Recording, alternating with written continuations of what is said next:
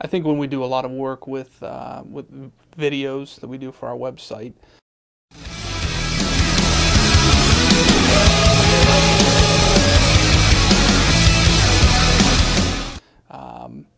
anytime that we're playing music for our home events and those things, you are using music, but you're not using it to gain any type of a commercial or try to make money or anything or make a profit off of it. It's more just for display purposes.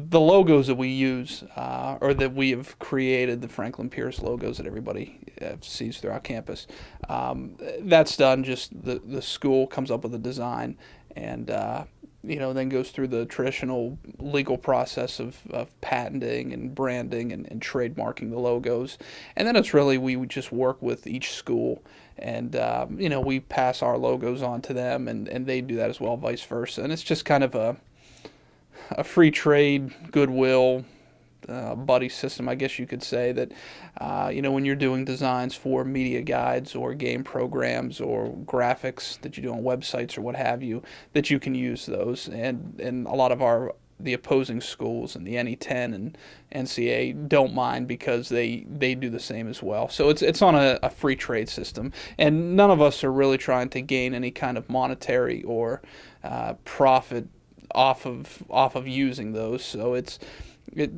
kind of I guess I'd say a goodwill or buddy system that we do those.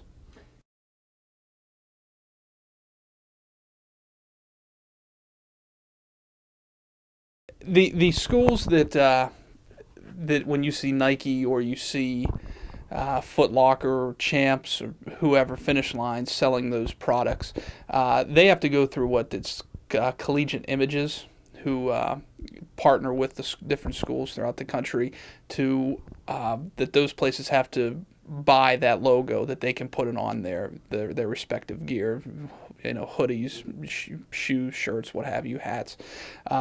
So they have to pay a monetary value up front to get that logo that they can put on those different types of clothing, and then of course they make their money off sales, and a portion of that has to go back to the collegiate images, and then which also then goes back. The schools get a little bit of a kickback from it as well. So it's all a pay up front, so you have the legal authority to use that image.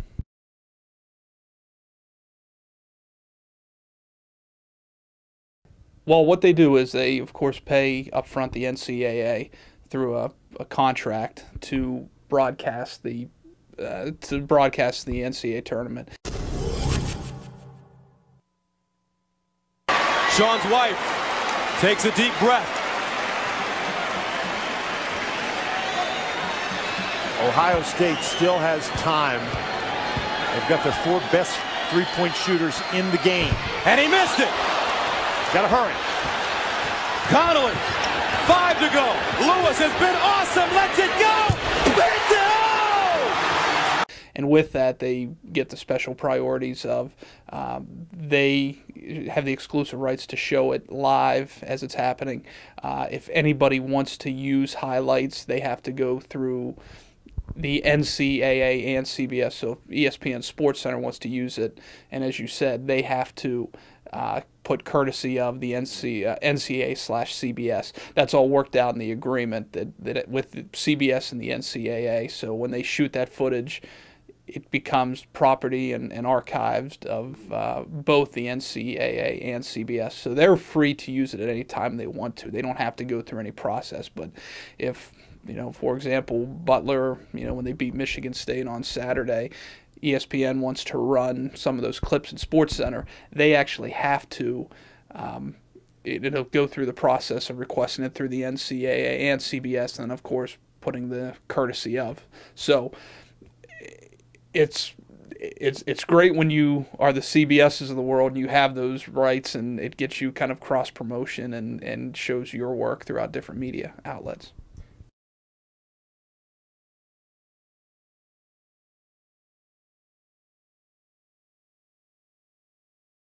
We would have to go through CBS and the NCAA, if we wanted to display footage,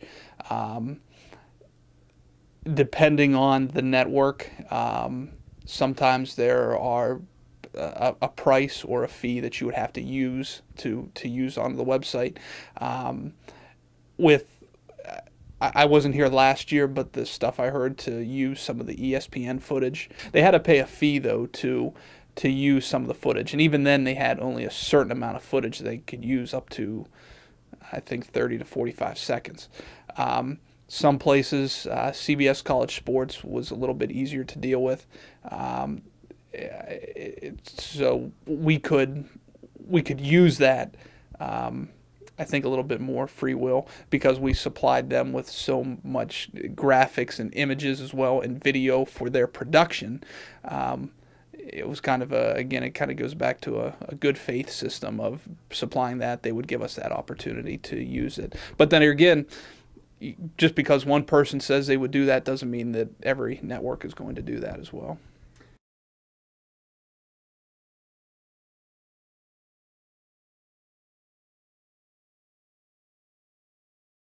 PAC Network is hired out by the Northeast 10 Conference to what they call their PAC Cast. That's the title of their broadcast, and that's an agreement up front between both parties that they are the exclusive web video provider for specified games. But with actually the East Regional, PAC Network, in conjunction with the NE10, had to work again with the NCAA to pay the rights to have the opportunity to broadcast all the games. And that's where initially they were thinking just doing the NE10 games, or the games with the NE10 teams involved. But what they came to find out was, because of a set amount, the fee, it was basically worth it to do all the games. So at least, you weren't just, the dollar figure was stretched out, and you were getting a little bit more bang for your buck, I guess you could say. And so there, after they paid the fee, they became the exclusive web and video provider for the East Regional, and that's why they ended up doing every game.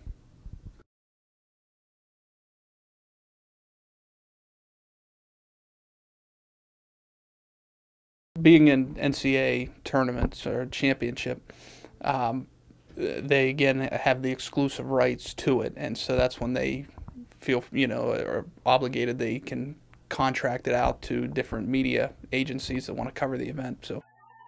We're dribble things out here at the Recreation Center at Pittsburgh State College, and you hear it from the crowd.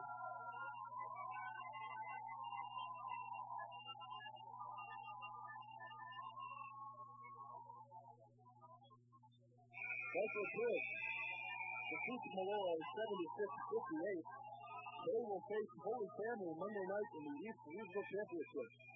In your case, it was going online, registering with the NCAA, showing, providing proof of what your communication signal was, what outlet. It was student radio on a limited FM frequency, non-commercial, and also provided through the internet.